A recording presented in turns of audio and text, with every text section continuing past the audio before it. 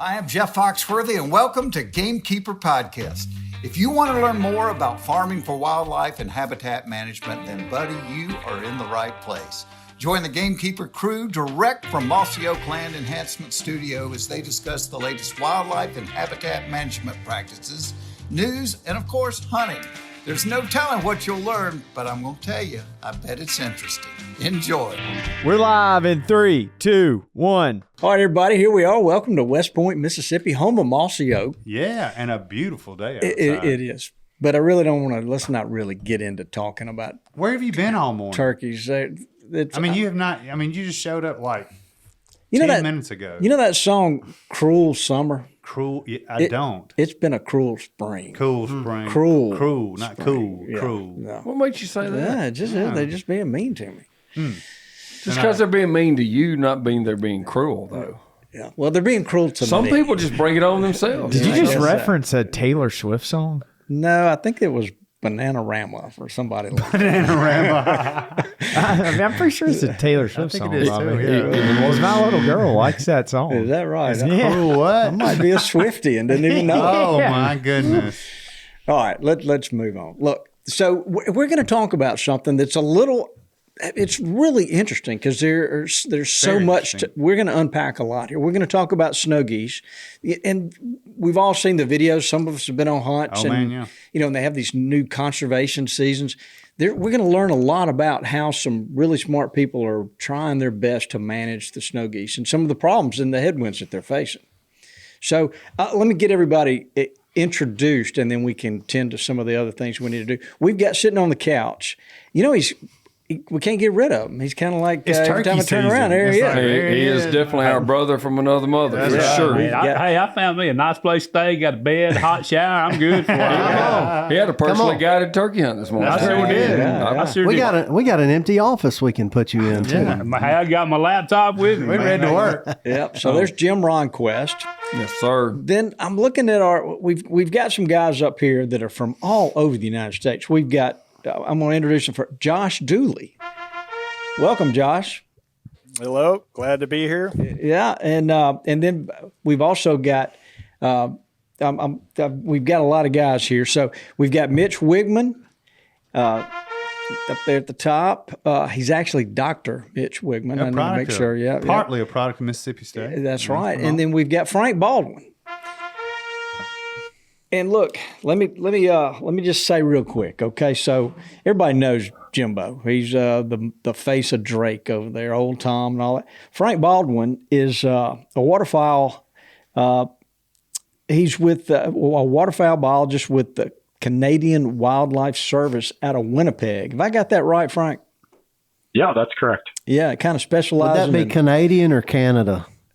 I mean, we're talking about geese here. I'm just kind of confused. Well, it's Canada geese, but it's Canadian when it's people, I think. And then Josh Dooley is a goose biologist with the U.S. Fish and Wildlife Service, and he's on the Arctic Goose Joint Venture Committee, and he's based out of Oregon. Oregon. Nice. Way out there. Yeah. Yeah. No turkeys out there. The left coast. There are a lot of turkeys in Oregon. Yeah, there's turkeys in Yeah, Oregon. down in South Central Oregon, there's a lot. Yeah, and there's elk too. They're covered up in turkeys. I was joking. Oh, okay. Huh. Yeah. Diversionary tactics, Dudley. Josh, if you don't mind dropping us an onyx pin where those turkeys are, we'd appreciate it. Yeah. And then we mentioned Mitch Weegman. He's the DU endowed chair at the University of Saskatchewan. Didn't even know they had a University of Saskatchewan. So I learned something already today. Canada has schools. Yeah, evidently. And he went to Mississippi State. So the first thing he asked about it was, how's the baseball team doing? And Richie said, not real well. And Better, doing better. Somewhere along the way, he went to the United Kingdom and went to a school called, I hope I'm pronouncing this right, Exeter. And isn't that where Harry Potter went? I can't confirm that's Harry Potter's school, but certainly some of the traditions remind us of those things. It's pretty cool to be there and awesome experience as a PhD student. I bet so. I'm gonna Google that thing, see where it is. So when you were over there, did you meet any real gamekeepers that spend their time managing those large estates? We did. Yeah, so I was studying Greenland white-fronted geese, which are subspecies of white-fronted goose, real similar to our mid-continent birds.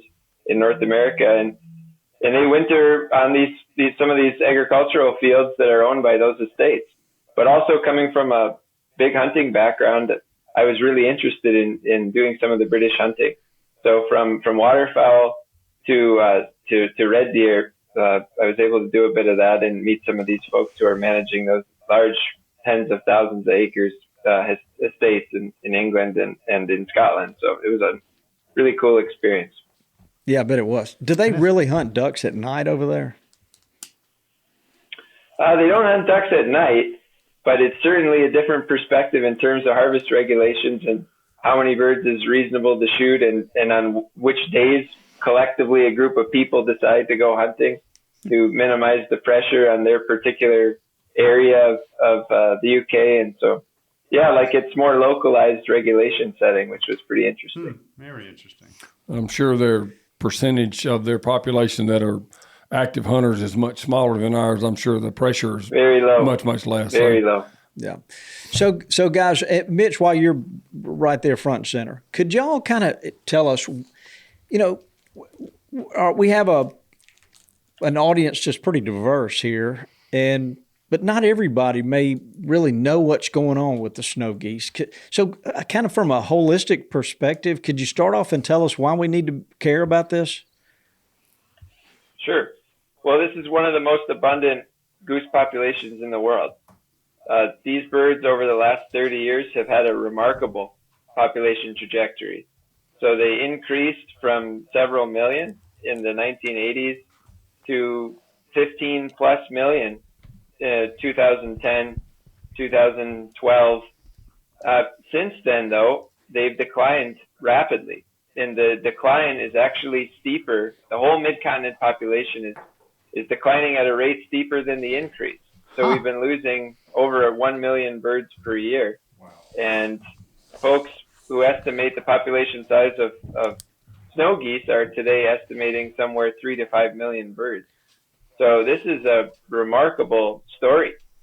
This is just the mid-continent population of lesser snow geese. So there are several different populations. There are birds that mostly follow the Pacific flyway from Alaska to California. There's the major group we're talking about, mid-continent birds from central Canadian Arctic, breeding to wintering in Arkansas and Louisiana, Mississippi, Kansas, central part of the U.S. And then there are greater snow geese.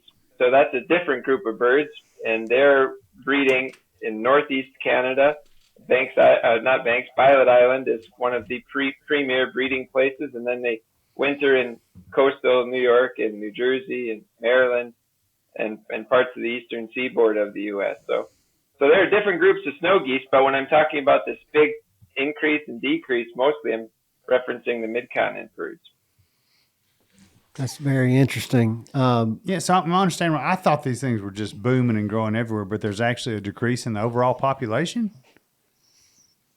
That's right, and it's substantial. It's not well known yet. You meet with folks in the conservation community all over North America, folks studying waterfowl to folks who are real interested in hunting waterfowl. And I'd say most people, I mean, Josh and Frank, you should say too, but folks I encounter, it's not so common that they know there's a decline. And you start getting into some really interesting conversation about why do we have a conservation order? What is the harvest rate of snow geese? And why aren't we learning as much as possible about the reasons for the decline? And the three of us are working on different facets of this, but all swirling around this idea of snow goose management and conservation planning for the years to come. I'm interested in learning about, how they got so out of control in the first place. Was that like a landscape change? Was it farming practices? Do you guys know? And I guess I'm referring to this mid-continent population, more than anywhere else, just because that's what we're familiar with. But, it was like you were reading articles about them tearing up the tundra and this and that. And, how did the population get so out of control to begin with?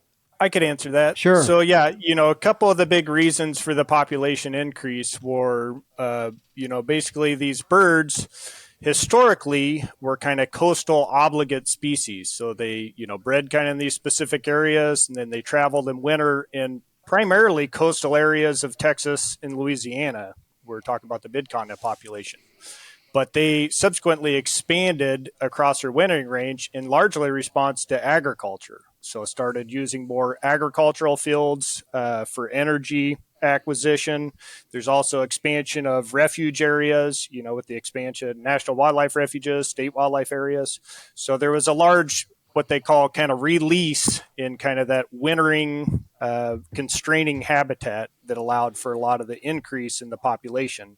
And yeah, Mitch touched on this, but these populations really showed kind of unprecedented growth through the 70s and 80s. So a lot of folks don't know, but like Ross geese, which we'll talk about, so a different species, but also in the mid-continent, they historically nested in a very singular area in the central Canadian Arctic, and counts from back in the 1920s and 30s when those breeding colonies were discovered, they documented a few thousand birds. And all those Ross geese wintered in California back in the 40s and 50s, and they did winter counts there, and some of those counts numbered less than 10,000 birds. Wow. So over the course of 50, 60 years here, these populations, Ross geese in particular, went from being one of the smallest North American goose populations to, over millions of adult birds that we see now. And then as Mitch touched on, so that increase led through the early 2010, but now we're seeing this precipitous decline. So it's a pretty interesting story just from a biological perspective of what have happened with these populations over the last century. Wow. So I guess, they may not have really had as many places to stop on the way south in the past, but we cleared the timber for agriculture and cleared the prairies, the taller grass prairies for agriculture. And now all of a sudden they have somewhere to land. And I guess they just decided there was enough food and they could make it through the winter. So they're hanging out there. Interesting. The winter population of snow geese in my area, I'm on the Stuttgart area, and most folks around us dislike snow geese because they're competing for duck energy days. That said, you can watch over the past 25 years, you can see that rise, and now we're starting to notice this year that although there's still a buttload pile of snow geese, you don't see as many as we did. You can definitely notice that a little bit. So what do y'all think is the primary cause of the decline? Well, it seems like in the last 10 years, productivity or reproductive success, the number of goslings produced annually, is really low in snow geese. For some colonies, near zero reproductive success. So snow geese are interesting too in their nesting strategy. So they nest in these colonies. Birds nest in all sorts of arrangements. Some are more cryptic nesters. Some of the ducks, for example, mallards and pintail. Some are semi-colonial. They sort of nest near each other. I'm thinking about brants, for example. But the snow geese nest in these massive colonies, and they synchronize the hatch. So lots of goslings are produced within a few days of each other. And what's been happening over the last 10 years, it seems, at a number of these really large colonies, is that you get these multi-day rain events. So 35 to 40 degrees and rain, and you end up with huge mortality of these goslings. So the birds are preparing to nest through spring migration. They're arriving on breeding areas. They're timing the nesting period with anticipated pulses of foods for the goslings. And then these big rain events come and wipe out millions, literally, of goslings within a couple of days. And we know this because the folks studying the breeding biology go to these places. They're studying the incubation period. They leave, and another crew goes in. Part of the crew managed by Frank goes in and geez, we can't find any goslings. Where are the goslings? And in a span of 2 to 3 weeks, we lost 2 to 4 million in some of these cases. So wow, it's a remarkable pattern that's been happening year after year. Folks familiar by hunting mid-continent snow geese with how many more birds you can shoot when there are a lot of juveniles in the population will perhaps be thinking, yeah, geez, it's been tough to shoot a number of light geese in the last few years, and in part that's due to very few young.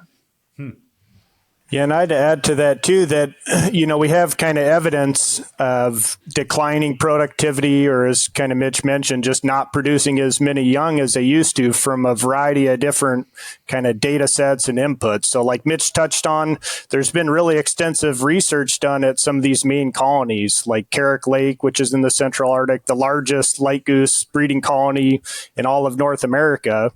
And then there's been intensive studies along like Western Hudson Bay, and then for greater snow geese, Bylot Island, all from the nesting work there have shown declines in productivity. So that's one piece of evidence. Then Frank, he could touch on it too, as he leads a lot of the banding crews in the Arctic. People go back up to band, in August once the goslings are born, and they're seeing declines in the banding age ratios. So how many juveniles used to get back in the 80s and 90s versus how many you get now, it's much less.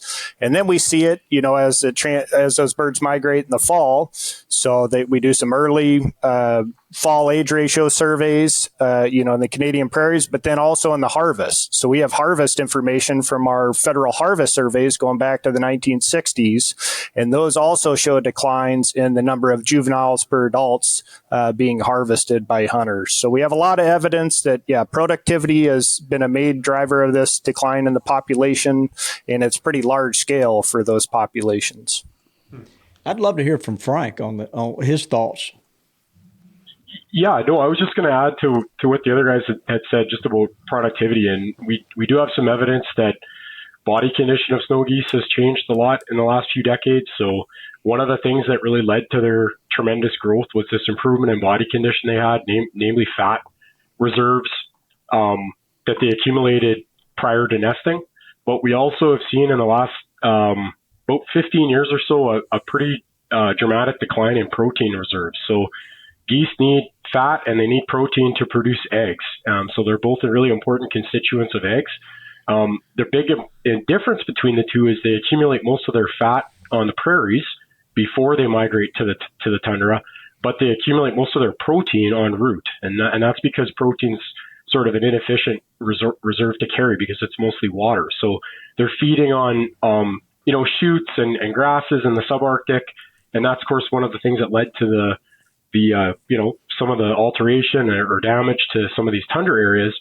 But we think as those areas have become degraded, the amount of available, resources for protein has decreased. And so we've seen this, corresponding huge decline in protein reserves in geese. And that means they can lay fewer eggs per bird, but it also probably means that a substantial part of the population probably isn't breeding every year. So we don't have great ways to look at that currently, but we think that is, really important in this overall decline in productivity is that their overall body condition has really declined. I didn't know all this. I thought we were going to talk about like how many there were and what we could do to help manage them, and from a hunter perspective and a management perspective, it's very interesting. It's almost like a couple of factors, kind of like the turkeys thing, carrying capacity and a few other factors. Sounds like weather's a big play in it too. Interesting. So, guys, when did this conservation season that extended on into the spring, when did it get started, and what's the status of it? Yeah, so I could jump in on that. So the conservation order started in the late 90s. So that's when some of these regulations first were instituted that allowed for some of these additional means of take. So those went in, and then in 1999, in the U.S., those regulations essentially became more permanent while we, the U.S. Fish and Wildlife Service, developed a final environmental impact statement, went through this formal regulation making process. So that process took 8 years, and then we published our final environmental impact statement in 2007. And that codified those regulations in the U.S., which allowed for a conservation order in the 3 eastern flyways under those regulations. But really the same regulations that went in from like 99, late 90s onward have largely remained intact from a federal level. And they do allow for additional means of take, so unplugged shotguns, additional shooting hours, and then the main one is hunting or a means of take after March 10. So for that additional date range for where harvest could occur. Can't you also use like electronic collars? Yep. Okay. Yep. Wow. Yeah. So, guys, I'm looking around our room.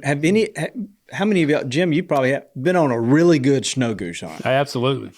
When they start tornadoing. Oh, it's wild now. Yeah. Now, Lanny, you saw a dog get knocked. We were in them one morning, and the fog was kind of low, so they had to kind of break through to see the decoys, and we were on them pretty good, but it was amazing. So we had we were shooting geese so fast that the dog was going to retrieve them, and one of the birds that had been shot out of the sky fell and hit him in the head and knocked him out, and he rolled over on his back with all four up there and just stayed. And I looked at the guy, I was like, is he all right? He said, yeah, it's happened before. And went out there and knocked him out cold. Wow. Man, hey, if you're under good spin and it's happening, it's pretty fun. It's wild. It's a pile of work. It is a pile of work. It's interesting as you talk about the conservation order. I did learn, and I'm sure y'all are more aware than I am, with Texas canceling the conservation order. Is some of that spreading out throughout the Mississippi and Central Flyways? So yeah, you're right. So Texas basically stopped implementation of the conservation order this last hunting season. So for the 2024-2025 hunting season. And I guess I would maybe step back a little bit just how these regulations are structured. So federal waterfowl regulations, essentially the federal government, kind of sets the max frameworks, and then states can select within that framework. So they can be more conservative, just not more liberal. So it's up to states and the flyways where it's allowed to implement the conservation order on any given year. So Texas was one of the first states that had the conservation order and stopped. But over this time, since the 90s, there's been various states that have come into the conservation order, started implementing those regulations, like Montana, Central Flyway portion just started basically implementation of conservation order in like 2022. There's some states in the Mississippi Flyway that don't implement conservation order regulations, and in the Atlantic Flyway. So some of that, variability comes down to the states and objectives that, they're trying to maintain or different competing interests within their states that they're trying to balance. So in Texas, they've had pretty precipitous declines of not just light geese, but of a lot of geese and ducks along the Texas coastal areas. So this was kind of in a larger context of, loss of waterfowl, loss of habitat along the Texas coast and trying to, basically conserve and bring back some of those abundances on the Texas coast. I've got a question on, but I hadn't heard them mention yet that I can't imagine doesn't have an impact. The bird flu. Talk to us about what's going on out there with avian influenza. Yeah, I mean, I guess that's been pretty big media story for the last few years, and people wondering about the implications to all these different bird populations. Snow geese are very conspicuous, obviously, when they do have some sort of disease outbreak. So they roost in large concentrations, are very visible when the birds are dying, and when birds leave those roosts, and then obviously hunters are out pursuing them at a time of year where we see sort of a peak often in this high pathogenicity avian flu. So we've done a lot of surveillance with snow geese, so both swabbing for the virus and also taking blood and looking at exposure in birds by looking at antibodies that are present in the blood. And a lot of this has been carried out in Canada during the spring and also in the fall, but also right throughout the United States by a whole number of different agencies and organizations. And what we've seen so far is that the juvenile portion of the population is extremely vulnerable to this strain of flu, which is quite a bit more deadly than previous ones. And we've seen, so every year these birds are migrating south. They're mixing with duck species, which mainly dabbling ducks, which carry a high proportion of them are carrying flu. It seems to peak in late November, early December. Generally, when the birds have left Canada, we don't see much for outbreaks here in Canada on the prairies. Parts of the East Coast where the birds stick around a little bit longer do, but tends to sort of peak in the United States. And then normally by about February, it's kind of run its course, and a lot of the mortality has already occurred. And then the birds that have survived now have some resistance. And so with the adult population, so most of the mortality that we're seeing is in the juvenile cohort. With the adults, some of the disease surveillance work that we've been doing, we're seeing, over 90% of the population with antibodies. So, and then looking at some of the survival estimates, which come from our banding data and hunter recoveries, we don't see an evidence for any major downturn in survival in adults. The jury's a little bit out with juveniles because we did have some low banding years during the first few years of the incursion of the virus. So we're waiting till we have a few more years of more data to really assess juvenile survival. But at least what we can see now, we don't see any major, impacts on survival of either cohort. So that's the Cole's notes. They're young, don't inherit the immunity of the parent. They have to develop it by catching it themselves. Well, we know a little bit from other goose species that there is some immunity passed down through the eggs. That's great. But it is very short. It is very short term, and that's in southern nesting Canada geese that we've been doing some work on that. It's probably not that important for snow geese to have that level of immunity because they don't really seem to get outbreaks, or at least we don't have evidence of that on the breeding colonies. It seems like, at least since this latest incursion, that such a high proportion of the population has been exposed. By the time they get to northern Canada to nest, when they're in colonies, they've either died from it or they're survivors. So we don't really see mortality in northern Canada. And for all the birds that we've swabbed looking for active infection, over the last 3 years or so, thousands of birds, I think we have maybe one detection of high path. So yeah, pretty low occurrence in the north. It's been interesting watching it on the wintering grounds. 23, 24, they were bad. There was times there would be 25 dead snow geese in rice fields by my house. Then 24, 25, there weren't as many. Then this year, noticed it again. A pretty good outbreak in December. My dog's coming back with dead snow geese or snow goose parts, and I'm thinking, oh my gosh, my dog's going to get it. But to your point, by mid-January, you didn't see it near as much. But definitely more on the wintering grounds this past winter than previous winter. It's kind of sad to see. They'll be flying in circles. It's pretty crazy looking. Pretty obvious too. Yeah, very much so. Yeah, this strain is interesting because the virus replicates in the brain with this high path strain, and most of the other flus it replicates in the respiratory tract, and so you see more. The vets have commented on that. You tend to see more of a neurologic response with this strain, and so that's the birds that you see that have balance issues or can't hold their head up.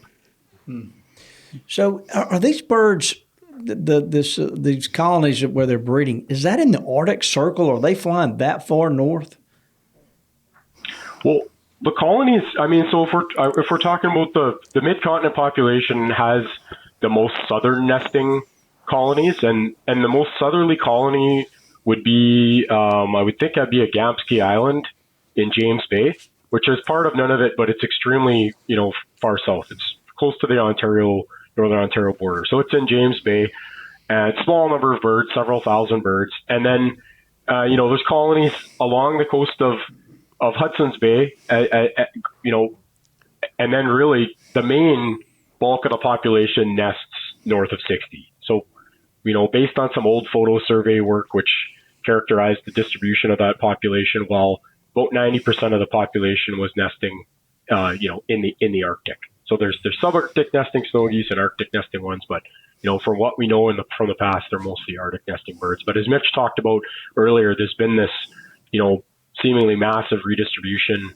going on the nesting grounds where birds are moving, far from where they traditionally may have nested.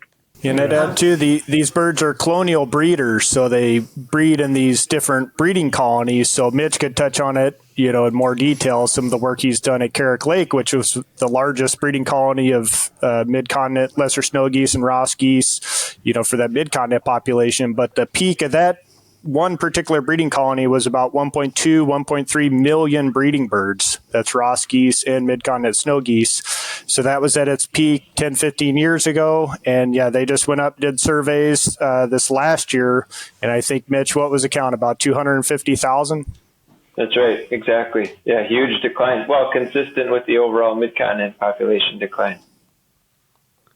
That's a lot of decline. Are you just, with this decline, are you still seeing damage to the tundra where they're eating all their protein sources?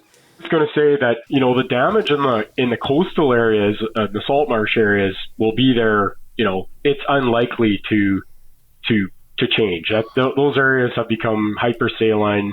The old fresh, the old intertidal plants that birds used to use are probably never going to grow there again. So okay, there is damage that still goes on. You still see, in the springtime, you see signs of grubbing, fresh every year. When I'm up, sometimes I'll be up in May, June, doing something in a community. I'll be out on the land, and you can see fresh grubbing anywhere birds have been concentrated. So there is ongoing, grubbing and grazing, but with the decline in the population, there might be some slight, reduction in that. And then it's a bit of a different story in the freshwater areas, like the more interior areas, which are much more capable of recovery.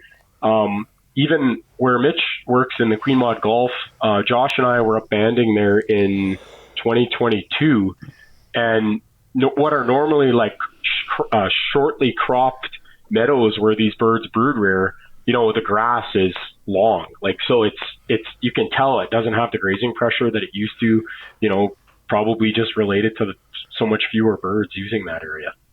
Okay. So yeah, you do still see, effects from the geese for sure. Okay. Well, hopefully, with the areas that can heal, that may help. One can hope. Yeah, I think a lot of people in the late 1990s associated with the beginning of the conservation order were quite concerned about the potential risk to these fairly fragile Arctic ecosystems. They take a long time to develop and to maintain. And in the last, I'd say 10 years, when you talk with those same folks, a lot of these researchers are now retired, but you ask them, geez, with a 30-year perspective now, what do you think? Do you think this is as damaging? And I think most people would say, yes. I mean, to Frank's point, they're changing the Arctic ecosystem locally. Even these colonies of 1 million, like when you fly the perimeter of Carrick Lake, this huge colony in the central Arctic, like in comparison to the space that looks usable by snow geese, the Carrick Lake footprint is very small. And when you look at the distribution, the polygon of the colony over time, it looks like they've changed the landscape, like they've changed the actual vegetation communities, but life continues and there will be some regrowth.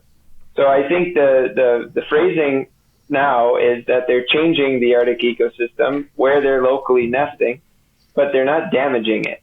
Okay. And that's pretty important messaging to phrase this as a change in the Arctic ecosystem and not a destruction, which I think has created some negative connotation around snow geese. In the early 2000s, there was a lot of this. They're a lesser bird. They're sky carp. There were lots of these. We have to kill as many as possible. And that's a bummer because they're beautiful birds. Mm-hmm. I mean, I love to hunt them just as much as anybody. But boy, what a special bird. And so to diminish them because they're damaging something is. I'd like to change the narrative on that if possible. Well, I think you just made a good case for that. Yeah, for sure. Yeah. I think you just did. Yeah. So I want to point out, all three of you guys are hunters. Can we kind of touch on that just a little bit? Can you explain what it is you love about the hunting snow geese? Let's start up there with Josh. And can you tell us a little bit about that? Maybe some of the where you hunt. You don't have to drop us a pin per se, but just some of the tactics. Send it to Bobby in an email. Yeah, some of the tactics that you use.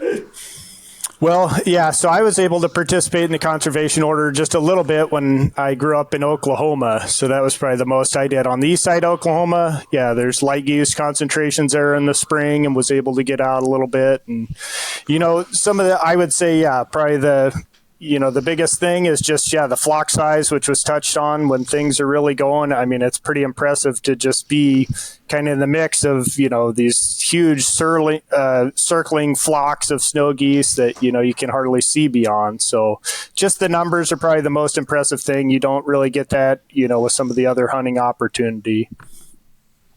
It's so loud too. Toxie, have you ever done it? Yes. It's Long time ago. It's incredible how loud it is, Jim. It's just deafening. Oh, you can't hear you shoot. If you're in a really big spin and you call a shot right, the ones in the top of the spin, they don't even hear you shoot. They're still coming. So that's where Lanny's talking about the dog getting knocked out. It can be quite chaotic. Oh, yeah, for sure. It's wild. It really is. Yeah, I'd be worried about me getting knocked out in that kind of. Don't ever try to catch one. No. There's people getting their hands broke or bone ran through their hand. It's not a good deal. One of the things, backing up off the hunting, that I've noticed the past couple of years with snow geese especially, and the difference between them and specks, it used to be by Halloween at home, you'd have some pretty good-sized snow goose feeds on the prairie, several of them. The past couple of years, you don't really notice the big feeds until about Thanksgiving. So there's been a shift there. That being said, speckled bellies, this past season, we had speckled bellies on the ground before Labor Day.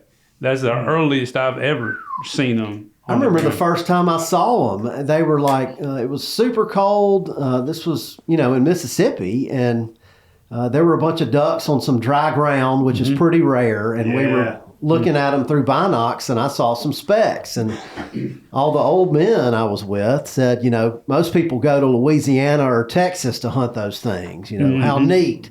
And now they're everywhere. They've certainly shifted also. That's probably a whole nother conversation. Yeah, for sure. I was just going to ask, while we're here talking about something else too, what's kind of general overview of the other major geese, populations? Yeah. Because that's, of great interest and just as important.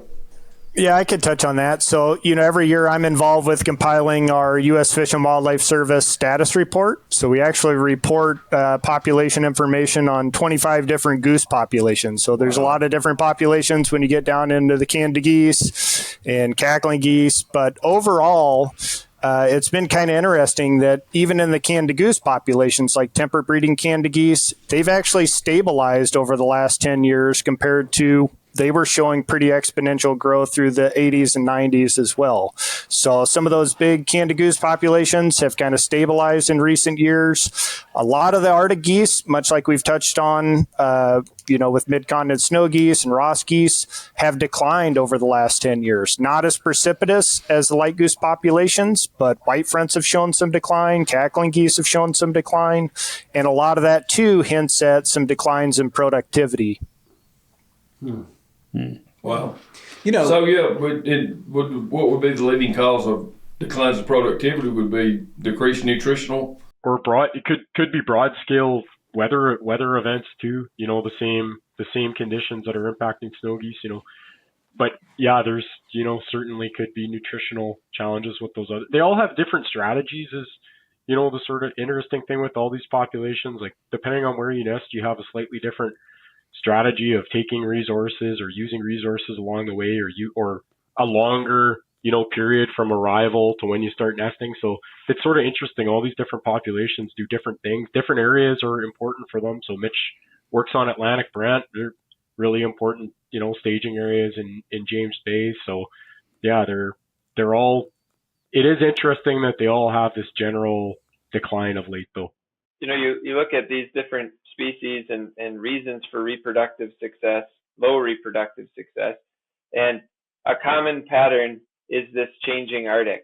A warming Arctic, it's warming at a rate much faster than temperate environments, and there's a lot of work right now in ecology around the world to try to link or understand the advancement of the spring in the Arctic with the timing of when these birds nest. They have this built-in evolutionary cue on when is best to arrive in the Arctic, with a little bit of adaptation, some days or weeks, but not massive adaptation. And so they have this built-in timeline. Got to get to the Arctic in this particular set of weeks and maybe refuel a little along the lines of what Frank is suggesting, and then now we're nesting. And then the goslings hatch, and soon around Labor Day, the first frost comes and vegetation nutritional quality declines substantially, and the goslings have got to go, head south. And so you think about the different mismatches in the timing of spring relative to nesting, and in some cases, for some species, they're substantial. And it seems like the goslings then are not able to acquire the appropriate nutrients to reach departure condition to head south.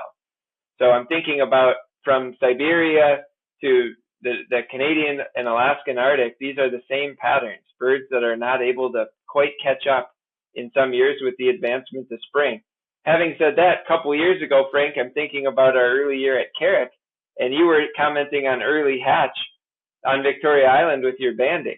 So they do show some flexibility in terms of when they can nest, but it seems like it's hitting some of these populations harder than others. Well, you can definitely see where I say they're showing up later in the year than fall. They're leaving sooner. This past January, we had a pretty good cold front mid-January, and the year before we did too. And as soon as the wind turned south and the weather got, they were gone. If you were coming to Arkansas for the spring conservation order, you were starting off behind them for the most part. You know, I've said that for the last 5 or 6 years at least now here, and we don't have just a lot of geese. There'll be some around. We do have, actually, we have a fair amount of resident Canadas.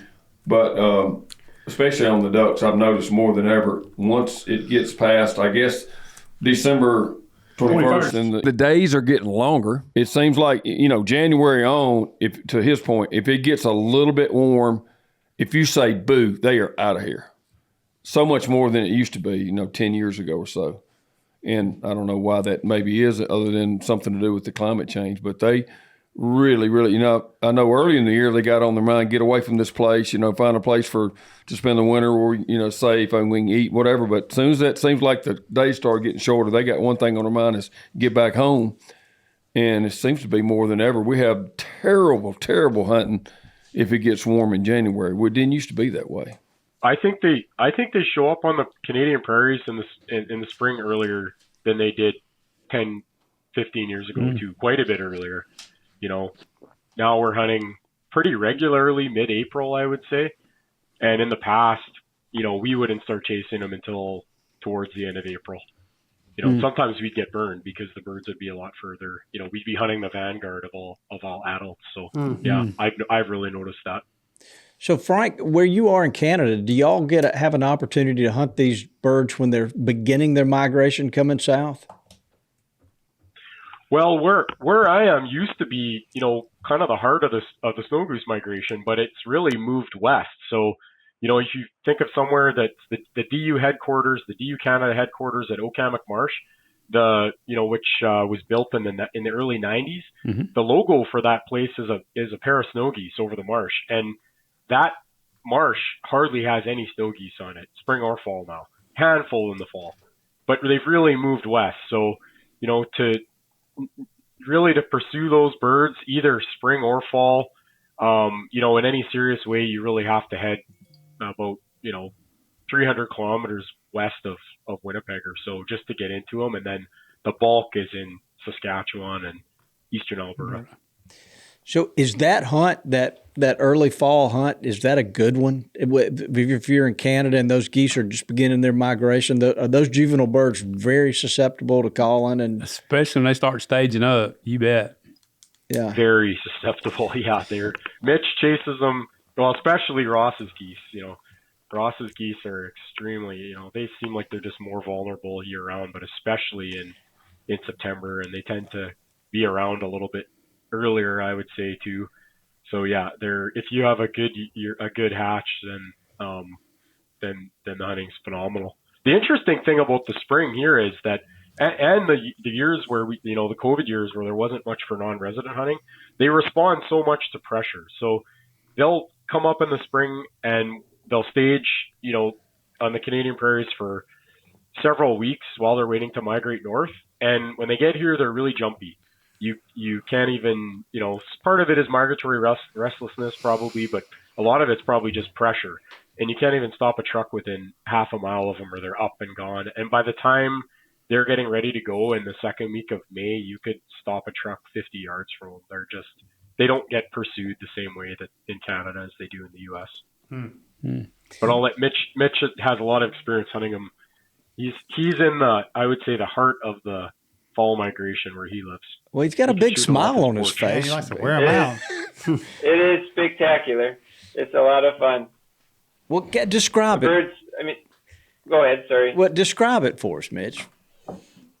Well, so the birds arrive, even late August, we'll start seeing the first snow and Ross's geese. The Rosses are interesting, though. So these are the smaller white birds, different species as Josh was referencing. And I'm not sure exactly why this happens or the mechanisms for it, but the first arrivals often are all juvenile Ross geese.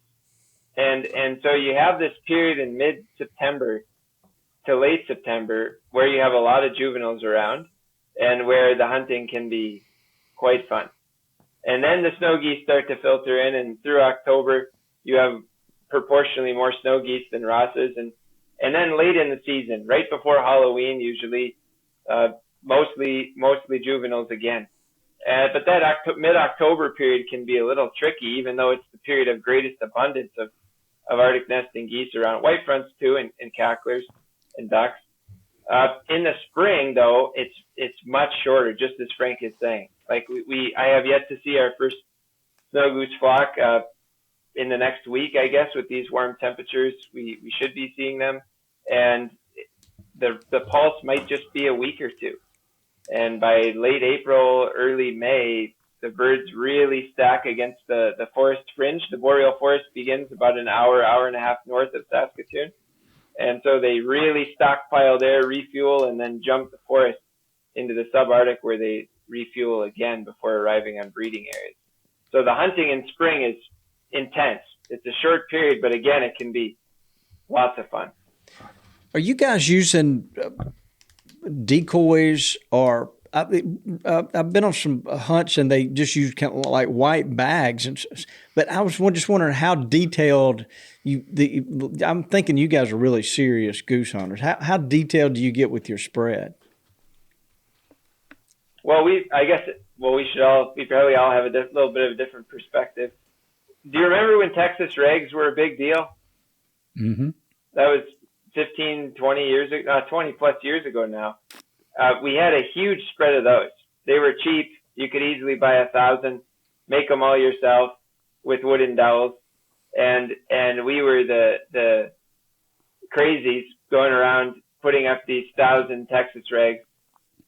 Since then, though, the quality of the decoys has improved a lot. We actually hand sewed a bunch. This is early now 2000s.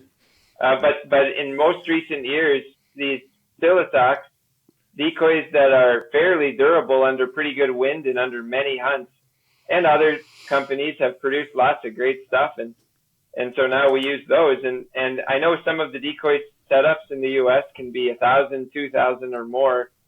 Here, we just don't use that many, and perhaps it's related to what Frank is suggesting there on the just the comfort of the birds after staging here for a couple weeks. And so it's pretty normal to use 400 to 800, which sounds like a lot to those listening who are duck hunters. Holy smokes, 400. But, with these Silasox, it's quite simple to put them in within seconds. So a couple guys can get a spread put out in half hour, 45 minutes sort of thing. See these people?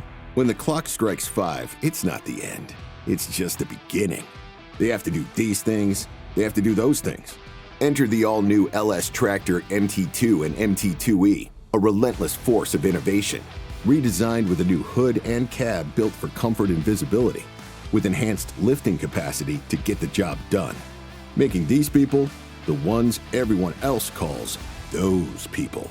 Visit your local LS Tractor dealer today. Lanny, we're always in here. We always have these interesting guests, and you're always on your computer. What's up? I'm looking at Onyx the whole time. I love the app, but I love the desktop too. My favorite thing is Bobby doesn't know how to shut his computer down, so I can go in there and share his pins to my account. That's what you were doing in there this morning. Yep. Back during deer season, I shot a couple of big bucks. Of course. As I'm looking for them, I can turn on this tracking feature. Yeah. And I can see where I've looked. And I use that feature too for spreading seed, spreading fertilizer, spraying. It really keeps you on track. Onyx is a great company. Look, we know Jared. They're hunters. They just are. like we are. Yes, so they're no serious doubt about about this. The way they've designed this thing, a hunter and a gamekeeper can take advantage of it and make their property better. Use coupon code Mossy Oak to save 20% off of your Onyx subscription. Yeah, and Mac, You shouldn't do that now. Richie, you got to help me.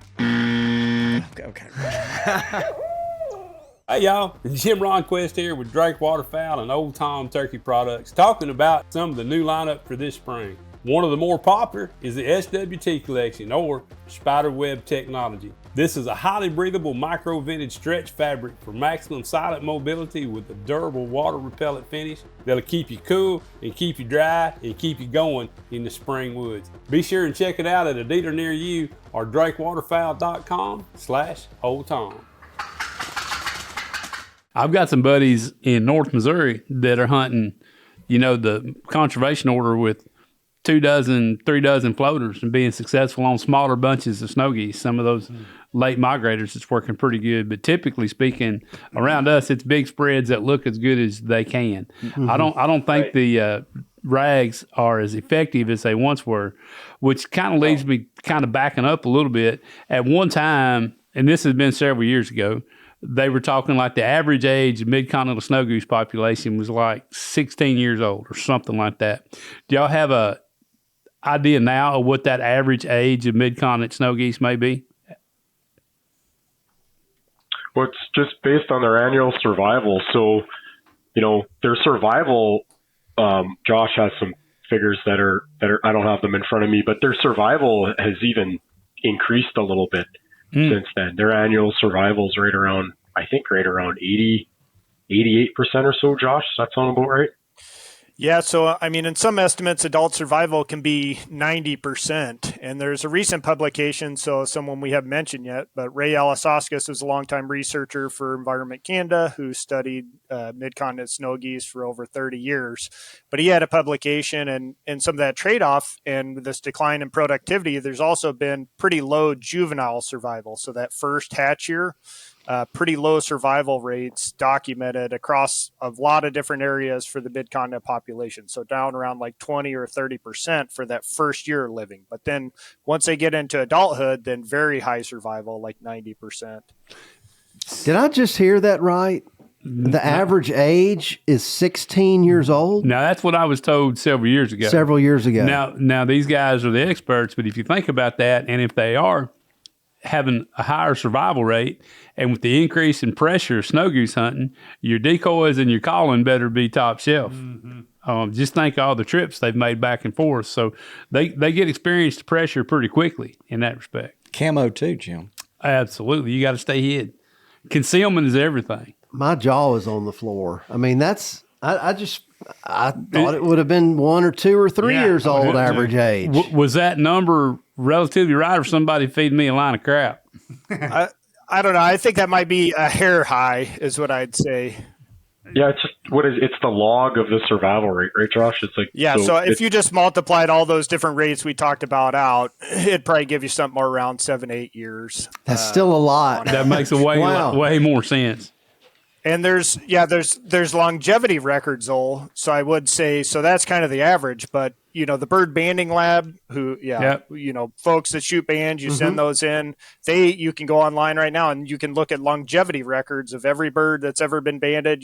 How long did it live? What's the longest documented case of that bird living? And geese, a lot of them can live up to 30 years old. Wow. In the wild. So there's documentation that they live that long. But as I mentioned, that first year survival is pretty low. But then once they get in adulthood, it can be 80, 90%. So, probably on average, you're looking at 6 to 7, 8 years for the life of a goose, but they can live up to 20, 30 years, some of them. That's an old goose. Mac, you got something? Yeah, I read that the oldest documented was 33 years and 3 months old. That is wild. And it was banded in Ohio in 1969 and then shot in Ontario in 2001. Frank probably shot him. Yeah. We've all, I'm sure, shot old banded birds. I've shot some old ones. Like even, we haven't put neck collars on since, 2006 or so, I think, on snow geese. I shot a collared one a couple of years ago. So it was an ancient bird. It was in its teens. I think it was 14 or so. But just speaking about decoys, though, I think you're right. If you're hunting snow geese in the southern U.S., you're in the conservation order, there's probably lots of people using big full body decoy spreads. I saw a drone image of one from, I think, where was that? Maybe Illinois, of 10,000, a spread of 10,000 full body snow goose decoys, permanent setup. Yeah, I know the guys you're talking about. What do you hire, like 50 people to put them out in the morning? Lanny, I think Lanny. leave them out for the season. Yeah. Okay. The permanent spreads work really good, especially on flyback over water. You just pick your days, the migration days, and you can be very successful doing that for sure. In northern Canada, just to show you how the birds' behavior changes when they don't have pressure, the Inuit communities that hunt them along West Hudson Bay still use plastic bags tied to willows. So they're just, the birds are lower, they're vulnerable, they haven't seen people in many days of migration, and a lot of those communities now have they've done away with using plastic bags in the grocery stores, and so people now have to save their bags from the past because that's their decoy spread. So it's interesting. Yeah, that is. Yeah, probably a lot of juveniles in there at the time too that get wiped out quick. I know Jim will attest that juvenile mallard to make someone think their calling's pretty good. Absolutely.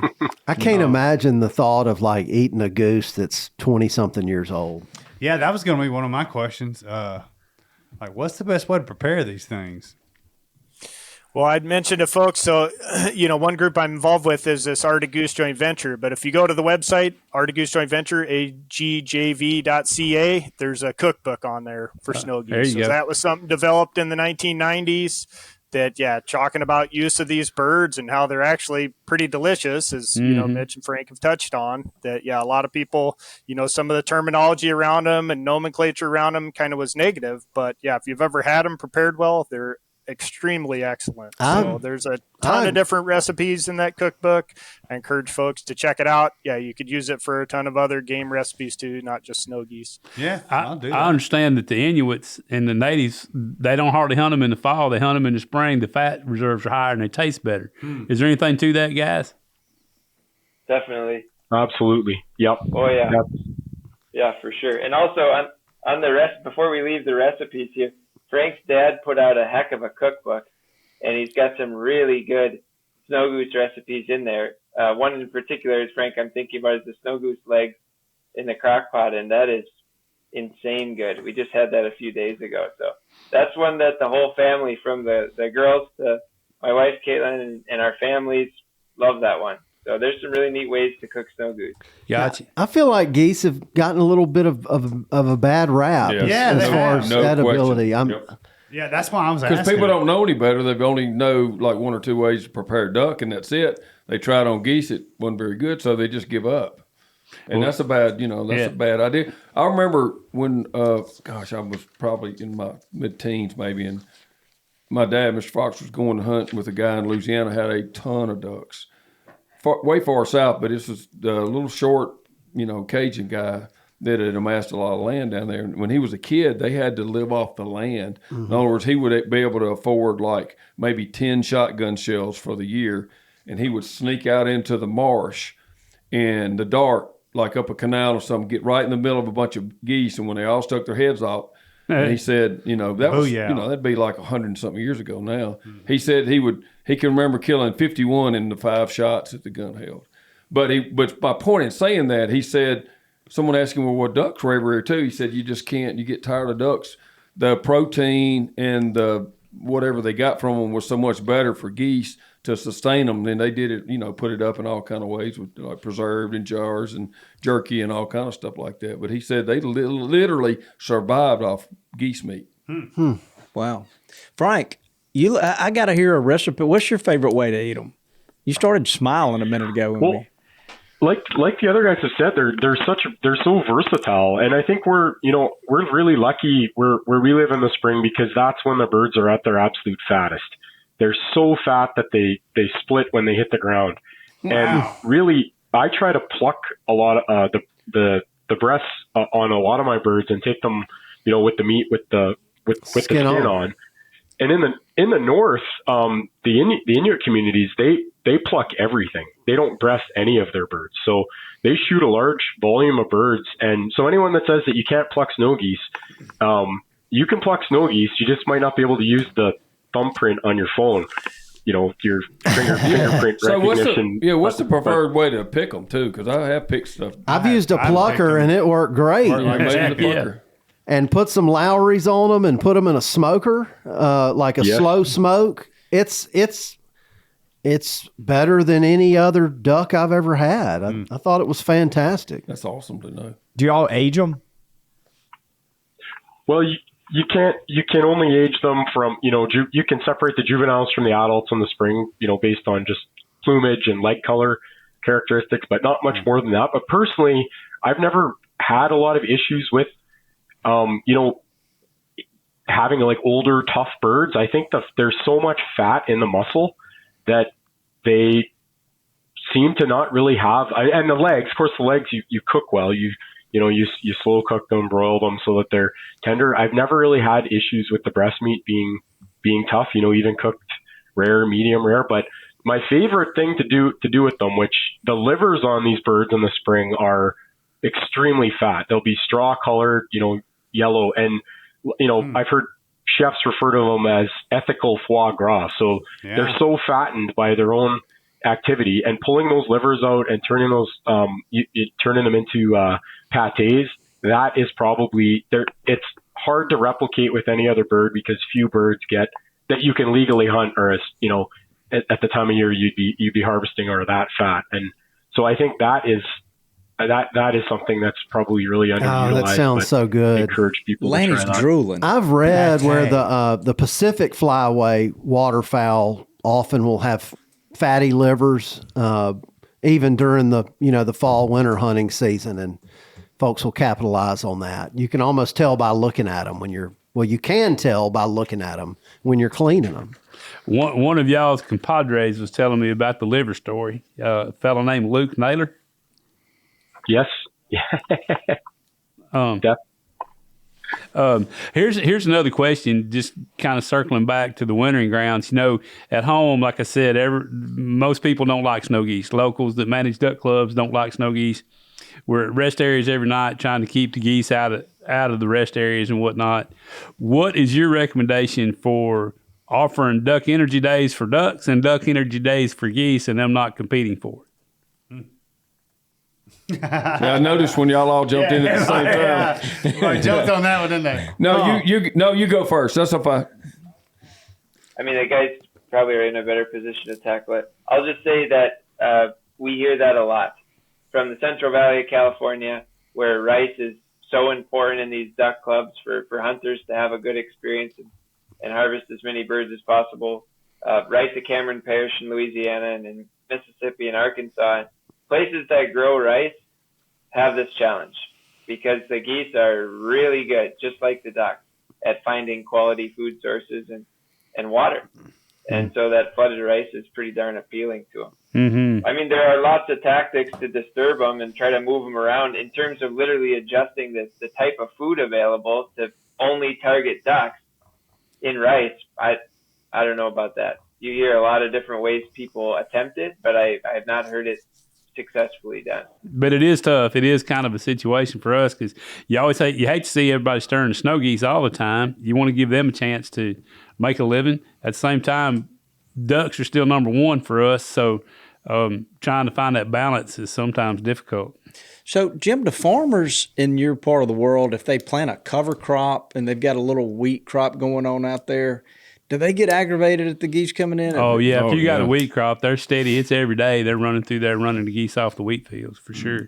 And early in the year, if it's wet, they tend to pull it out by the root. But if it's good and dry and it's frozen, frost on the ground, they seem to turn the wheat as it gets later in the year or colder weather.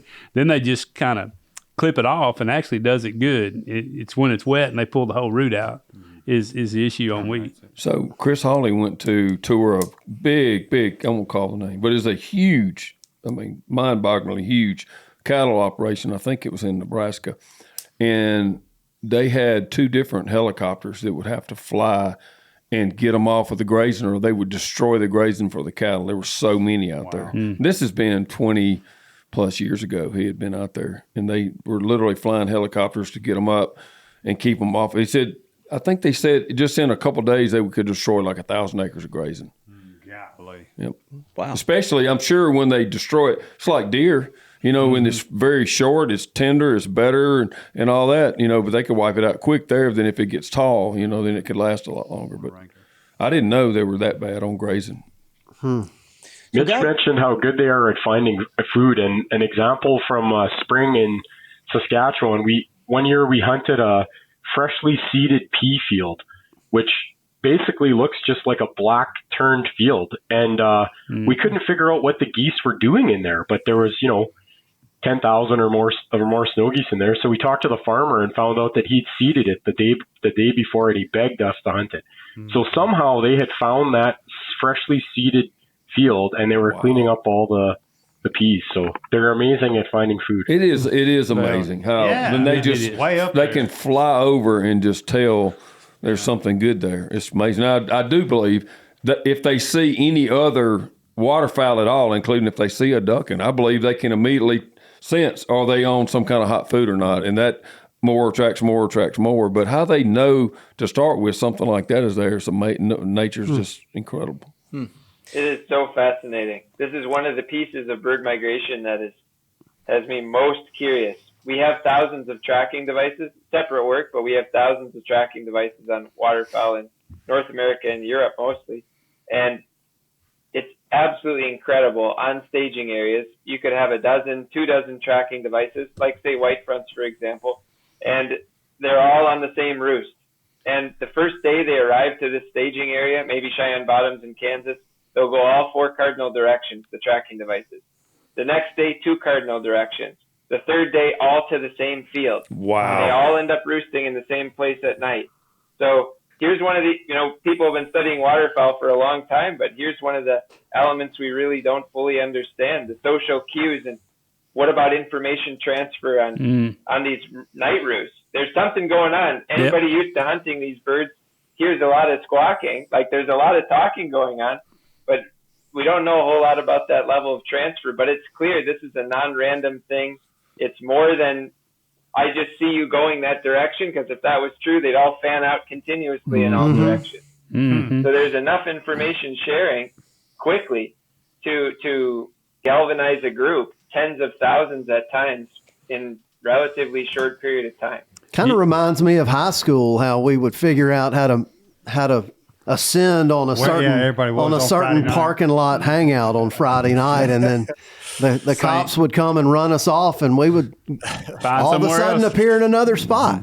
Same kind of deal. Yeah. It is cool how ducks and geese are such good samplers and how they're so adept at finding food.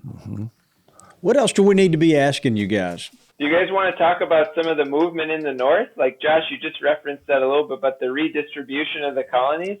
Or do you want to talk about the conservation order more? Like, pretty hot topic right now, how many states are going to remain in this? So, these are just a couple boilerplate topics that I'm thinking about. I think the conservation order would be interesting. I do know at Flyway Council levels, there's a lot of discussion traveling around the country. I'd like to hear more about that, really. I mean, Josh, we're all at these Flyway meetings, but you're sort of connecting among the Flyways. So do you want to provide the kind of current pulse on the mindset of these folks? Yep. Yeah, so there's been, as you mentioned, a lot of discussion here recently, mainly driven by this recent decline in the population. So now that the population, is starting to decline, what does that mean for future hunting regulations? So the group that really discusses that, it's a partnership of federal, state agencies through the Flyway process. So the management of these species, we have federal regulations that allow, certain maximum frameworks, and then you get into the specifics down to what a flyway selects or a state selects. But all that information is detailed in these flyway management plans. So I had mentioned that Arctic Joint Venture website earlier. If you go on there, there's a tab up there. You can click and find all these goose management plans. So these management plans for mid-continent snow geese and Ross geese were just recently updated, 2018 and 2021. And those really spell out the objectives and the thresholds for the populations. And these are consistent with what these regulations, why they were implemented in the first place. The overall goal was to reduce the populations by about 50% of what they were in the late 1990s, when there started to be documentation of pretty severe habitat degradation. So reducing them back down to the levels that they were at in the late 1980s and the early 1990s. So all these thresholds are detailed in those management plans. So stepping through those a little bit, mid-continent lesser snow geese, they rely on an abundance threshold.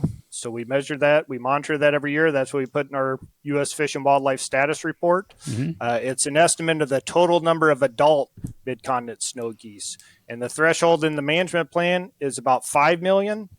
And the most recent estimate, which we'll have in the Fish and Wildlife Service status report, they use like a 3-year average, is about 5.5, 6 million. So we're kind of down at that abundance threshold now. With Ross geese, not at the threshold, so about 3 times higher than the threshold. In that management plan, there's a threshold of 355,000. Current estimate now, 3-year average, about 1.5 million, 2 million, somewhere around there. So not at that abundance goals for either of the species. But then also in these plans, there's an objective to achieve about 12% harvest rates. So that's the proportion of the population shot each year by hunters. That's a high enough level that would start to impact adult survival. So this is adult harvest rate. Current estimates are about 3%. So we're about 4 times below the harvest rate that we're wanting to achieve in those initial objectives. So those are kind of the 2 objectives that, the whole reason these additional regulations went into place. This is based on science of what kind of harvest rates it would take to start reducing survival. So that's what we're looking to, continue regulations in a manner that's going to allow maximum harvest to achieve those objectives. But as I touched on earlier, federally we provide the max framework, but states or flyways could always select something more conservative than that. So that's kind of what's going on now. There's different concerns in different states of localized decreases in abundance, like particularly along the Texas coast. And then, overall in this picture, the population declining. So there's definitely more conversations within the flyway councils about this issue.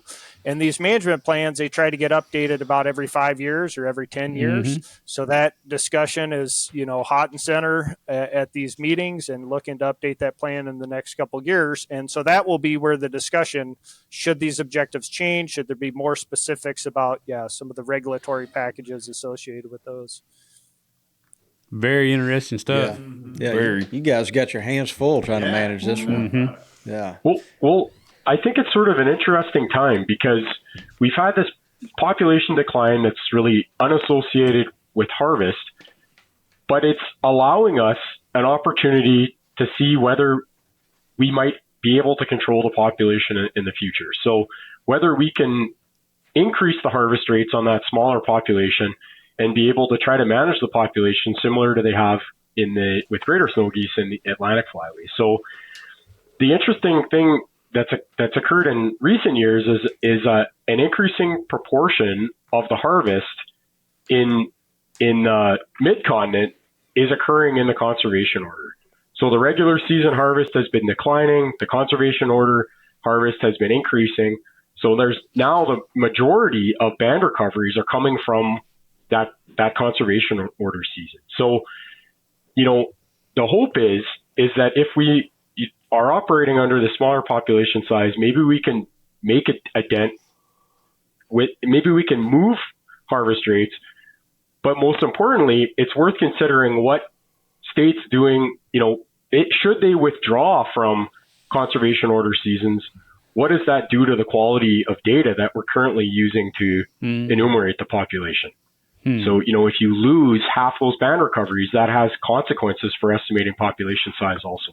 So there's a bunch of things, I think, for flyway councils or for states especially to consider, when they're making decisions in the future. Yeah, I definitely think hunter numbers would go down if the conservation order goes away. Way more people snow goose hunt now because of the conservation order than they did before. For sure. And here we are 20 some years in, and as Frank's saying, people have have started to harvest more snow geese during that period, and so it's become a bit of a norm for folks. I mean, just as a general vibe, I'm not hearing strong consensus in the 2 mid-continent flyways to pull out of the conservation order. Are you, Josh? No, I mean, there's discussion within various states, but still, yeah, overall there's interest, and particularly interest by some states to maintain the conservation order. So yeah, there's debates, but yeah, no real strong consensus. There's, typically through that flyway process, if there's an overall consensus, it has to go through majority vote. If they're making a regulatory change, that goes through different tech committees and up to their council, or they might write a joint letter or something that comes to the Fish and Wildlife Service. So there's been no action that way as far as an overall consensus. Think about all the Pittman Robertson funds that come out of the shotgun shells during that conservation order. Very good point. What are the dates of the conservation order? So, for example, the last day for regular duck season allowed by Fish and Wildlife, January 31. Then conservation order in Arkansas, they start February 1st, February 2nd. And it goes I was going to say it can vary by state. So essentially in our regulations, once other waterfowl hunting seasons are closed, you can have the conservation order. So there are some states, I think it's Louisiana, that actually have some conservation order days in between their duck hunting splits, the splits in the hunting season. I forgot about that. That's correct. Yeah. So those are a few rare exceptions, but usually it's, the hunting season's closed, and then most states open it up continuous after that, or there could be a break between when the hunting season closed, like in some of the northern states, and then they have the conservation order season starts and runs basically through the spring. Yeah, this might be an old thing I'm looking at in Mississippi, but this says ours runs February February 10th to March 31st. How about that? Yeah. Well, how long does Arkansas go? I couldn't tell you the end date right off the top of my head without looking it up. Yeah. I want to say it was in April, though. I want to say they let us go in April. And there was, believe it or not, there were still a few snow geese around. I seen some last week on a reservoir levee. They were probably the cripples healing back up and stuff, but they'll eventually they'll make their way back somewhere. One thing I think that's interesting to maybe point out is the case in the Atlantic flyway with greater snow geese. So I don't necessarily think people should be too concerned with the decline that we've seen in mid-continent snow geese, because we've got good monitoring data. I think the thing we should pay attention most of all to is the harvest rate from the band recovery data, which is the effect of hunting.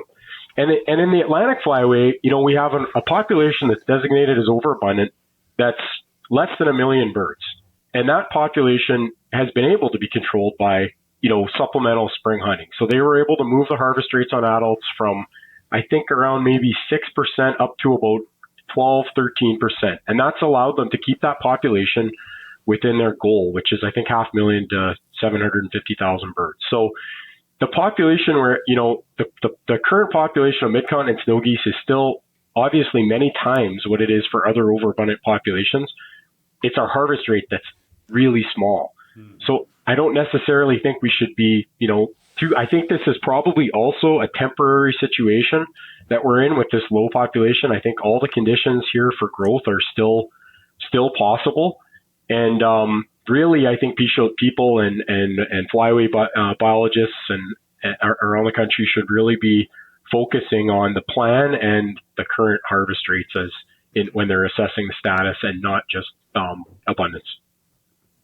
It's been really interesting. Mm-hmm. Yeah, it went down a road I never thought it would, honestly. Yeah, and something just occurred to me. I'm looking at Mitch, who's got this. I think Mitch is a killer. I think so too. I see it in his eyes. When we started talking about putting out 1,000 decoys, he got all fired up. Yeah. I'm betting that. So he's a professor. I'm betting he has students. That's a great idea. We're having a workshop. Yeah. If they want to get a better grade, extra credit, they can put out 1,000 decoys. You might get a little bump.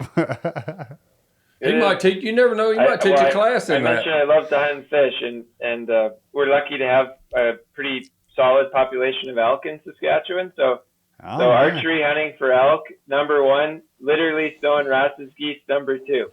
Wow. It's one of those things for me. It's as good as life gets. Wow, that's over the awesome. Next week or two, with the level of snow geese and Ross's coming into the decoys, and spectacular stuff. Can't wait for it. Yeah, he's smiling talking about it. That's good. He gave us that. I can't see him, but I can hear it in his voice. That's right. Mm-hmm. Oh yeah, it is great. I'm just thinking though, guys. You mentioned a couple other things to talk about. I don't know how much the public know about the data involved, and without taking too long here, like we're in an era where we're anticipating some pretty substantial reductions in money for monitoring in Canada and the U.S. And yet it is the framework in waterfowl management to be able to make good science-based decisions. And we're all in the business of science in the conservation community here. So didn't know if a little brief discussion on the importance of quality data to inform these sorts of decisions would be useful. Or, I mean, I don't want to draw this out too long, but the public should know, like, there are a lot of people who care a lot about this resource. A lot of us from a hunting background. And these folks are using some of the best data available in the world to study these migratory bird waterfowl populations. Yeah, well, I think you made that point, Mitch. That's two eloquent points you've made here for us. But yeah, we're thinking about that. We're watching what's going on, and we're cheering for you guys. And through this podcast, we've learned about these biologists across the country that, very different species, but they work so hard and they're so passionate about dedicated. Making a difference. Yeah. It's our privilege to be able to share this. As hunters, as gamekeepers, we love these animals so much that we spend, all of our additional time, all of our additional resources, either working on habitat or, hunting them. And these guys are living that life better than we are, really out there. Yeah. So. Or more important than we are. Yeah, they are more important. I wrote the note down is like, the subject is so much more complex than all the average, hunters and consumers and people know. And we all need to be so very grateful that people like you have an eye on the resource for us, because it is everything too. So tip of the hat, big time. Yeah, let's hit the horns for him one time, Richie. Come on, Richie. Yeah. And one more thing to be sure that we repeat it if we did it already. The source for some of those recipes, because I got it right here. Okay, we'll read it. Lanny is on Share it. Share it with the audience. Yeah, I got it right here. Yeah, we'll have those in the notes. We'll find out Frank's dad's book. We'll make sure we point that one out too. So we always ask a trivia question. Mac, is this the trivia day where we give away $2,000? No, that was yesterday. Man, guys, I'm sorry. Of course, one of them. But I tell you what we've got. If you can get this trivia question right, we've got a Nukem blind that we could send you guys. It would be probably be able to use it up there hunting some kind of way. Yeah, in the spring for sure. They're nifty. They really are. So, gosh, I can see. Sorry, that would be perfect for a waterfowl hunt. Oh, it'd work really good on one of those spring snow goose hunts. Yeah, sure would. Yep. So let me turn it over to Mac. He's got a little trivia question for you guys. I don't think this will be hard for y'all. Probably not. All right. So I've actually got two questions. Uh-oh. I've got one for everybody here in West Point, and then I've got one for all the folks on the video call. Well, what about Jim? Hold up Jim is neither. Yeah. Jim is neither. We'll call him a West Point. Jim's here. Jim's so- on, okay. All right. He's on the West Point team. Good. Yes, he is. Okay. So you guys on the television, y'all can talk amongst yourselves to get this answer right. So we're looking at y'all. For the record, y'all are a team. Jim is my phone a friend. So It may not be good. Yeah. So I think that everybody on the video call should know this, but everybody here, what is the mascot for the U.S. Fish and Wildlife Services, and what is that mascot's name? Whoa. I know what the logo looks like. Yeah, Well, then you should know the animal. If you know what the logo looks like. Yeah, I mean, isn't it like a shield that's blue on the bottom, It's yellow? I think it's got a goose in it. I believe it's a blue goose. It's flying for sure. Jimbo said blue goose. Hey, right. Look at us. We're still 100%. So it is a blue goose, and it's My phone a friend. and its name is blue. Is Puddles. Oh, wow. Blue. That's a good answer. Yeah. Dang My it. boy Blue. So that's pretty good. We'll give it to y'all. 'Cause, I mean, Mr. Jim's part of the team, so it works. Puddles the blue goose. All right. So the next question is a true or false. This is for everybody in the world of Zoom. True or false? An adult an adult snow goose can consume roughly 10% of its body weight per day. Is this true or false? 50-50. They would know. Yeah, they would know that better than your source. I don't know. They're studying like population level stuff. Well, so. and talk about how much that could weigh. So it's up to, a pound, a half a pound, or a pound a day of food. If it's true. If we're discussing amongst ourselves. I've heard that, on a canned goose, they can eat up to a pound of forage a day. They're roughly 10 pounds. So maybe that's in the ballpark. It seems a little high. I don't know, Frank, what do you think? Yeah, I don't know. Like that'd be about 200 grams for. Yeah. Oh yeah, they got those conversion factors up there. We'll go metric. Don't go metric on us. We'll give her answer in metric. I feel like during hyperphagia, it's got to be possible. I think they can do more than that, actually, in hyperphagia. All right. But under normal circumstances, maybe. We're going to take that's possible as true. You guys got it. You nailed it again. They got it. Why don't you explain that real quick? So the cool thing is since y'all got that right, we're going to give away 2 Newcomb blinds to 2 listeners who left reviews. So if you want to get in on this, you got to leave a review. So Clemson Whitetail and also Bam Bam 850.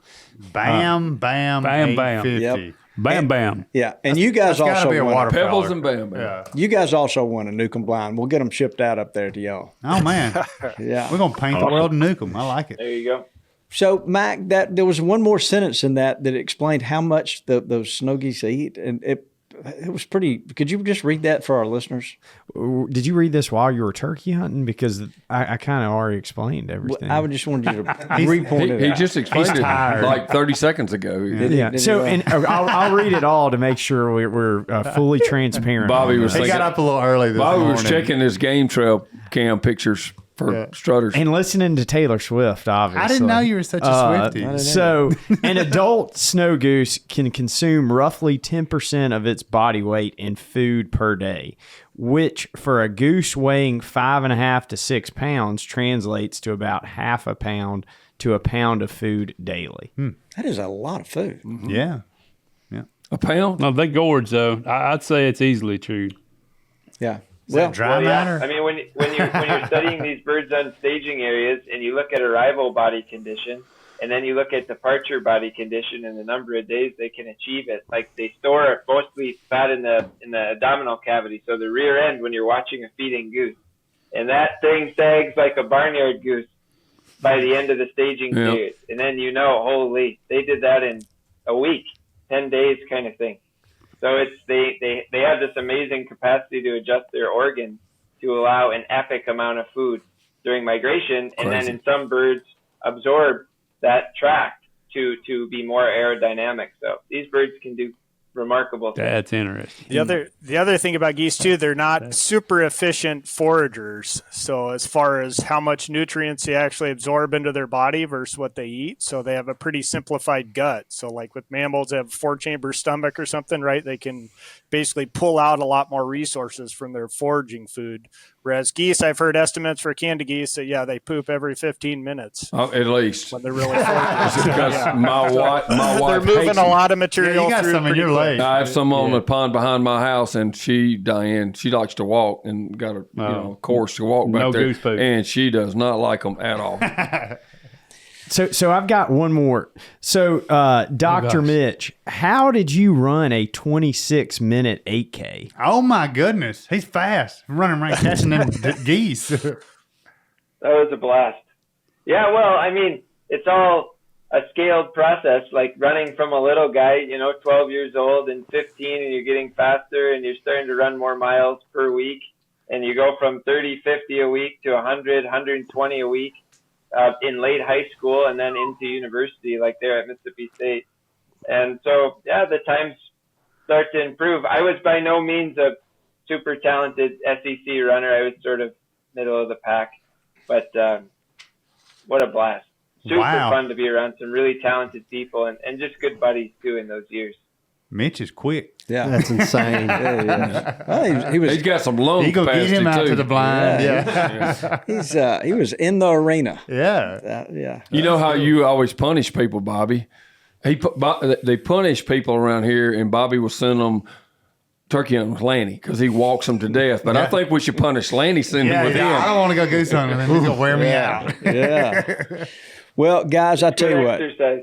Yeah, it is. Yeah. So Mitch Weegman, Josh Dooley, and Frank Baldwin. We have really learned something intriguing. today. Yeah. Absolutely. Thank you for being Absolutely. on. Thank you for what you do. Yep. It's like the military. Thank you for your service. That's right. We do. We appreciate what you guys do, and we hopefully, if there's some kind of news in the future, we'd love to have you guys back on. Come on back on. That's right. Yeah, that'd be Excellent. great. 100%. Yeah, really appreciate it. So, Matt, Thanks, guys. does the fish in the U.S. Fish and Wildlife Service have a name? I don't know. I'll have to figure that out. That'll be our next trivia question. We'll do it. Back to you next week. Yeah, back to you next week. So, Jim, thank you for being here. We appreciate all that you do and helping educate people about the outdoors. Always a pleasure. Thanks for inviting me, guys. Yeah. A lot of fun. So, everybody, we appreciate y'all listening. Watch the television show. It's airing now on the Sportsman's Channel. Subscribe. We got some put some new product in on Native Nursery. Yeah. So go check out Native Plums, Nursery. You better get you some trees. They're going fast. Ooh, they're going fast. Yep, I agree. Why don't you say goodbye, Dudley? Goodbye, Dudley. Get us out of here, Richie. Thanks for tuning in to this week's episode of the Gamekeeper Podcast. And be sure to tune in again. Subscribe to Gamekeeper Farming for Wildlife magazine and don't miss the Mossy Oak Properties Fistful of Dirt podcast with my good buddy, Ronnie Cuz Strickland.